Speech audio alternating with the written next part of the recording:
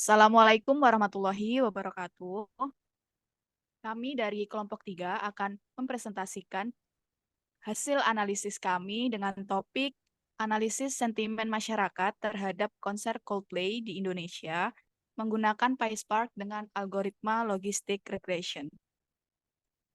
Untuk anggota kelompok kami, yang pertama NPM 032 yaitu Angela Lisantoni, dan yang kedua NPM 021 yaitu saya Reinka Eliana Sprapto, NPM 025 yaitu Fitri Indasari, NPM 034 Gemma Husnul, dan yang terakhir NPM 039 yaitu Alia Mirza. Selanjutnya adalah rancangan desain sistem. Kami melakukan beberapa tahap. Yang pertama yaitu scraping data atau pengumpulan data. Kemudian yang kedua adalah pre-processing.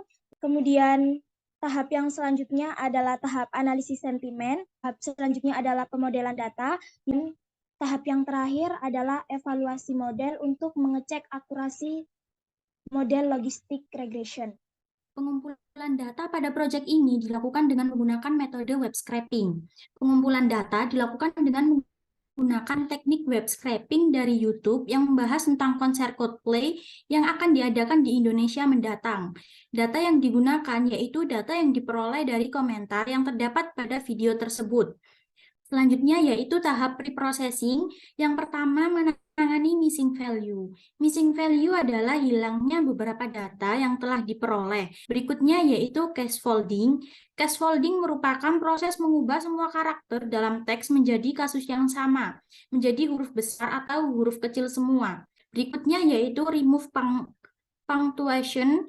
Remove punctuation merupakan proses menghapus tanda baca yang terdapat pada data.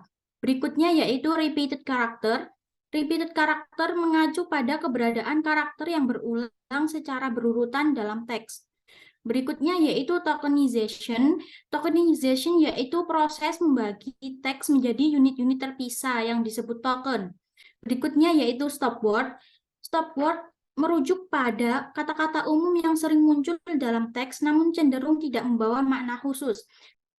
Dan yang terakhir yaitu lemmatization. Lemmatization adalah proses mengubah kata-kata ke bentuk dasar yang disebut lemma.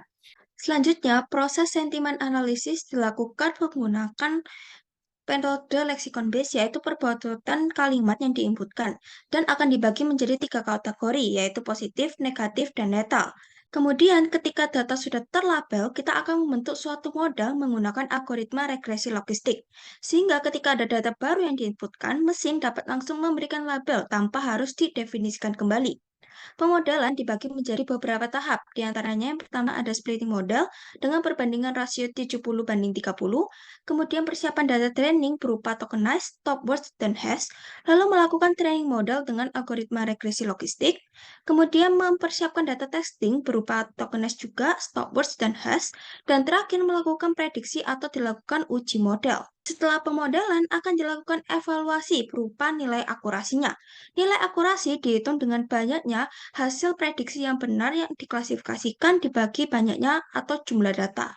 Selanjutnya, ini merupakan visualisasi data dari hasil analisis sentimen berdasarkan kategori, di mana sebelumnya menggunakan lexicon base.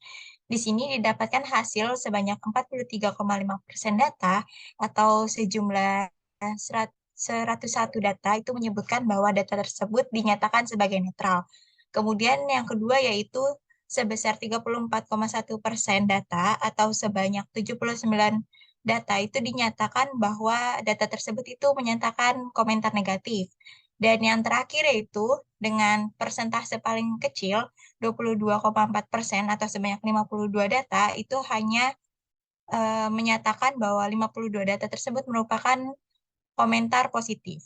Dan pada pemodelan di sini didapatkan 20 data hasil prediksi dari data testing di mana di sini dibandingkan antara hasil prediksi melalui regresi logistik dengan hasil analisis sentimen yang sebelumnya. Pada proyek ini, kami menggunakan prediksi benar sebanyak 46 data, dan dengan total data yang ada yaitu sebanyak 68, sehingga didapatkan akurasi sebesar 0,67. Sekian presentasi dari kelompok kami. Apabila ada kurang lebihnya kami mohon maaf. Wassalamualaikum warahmatullahi wabarakatuh.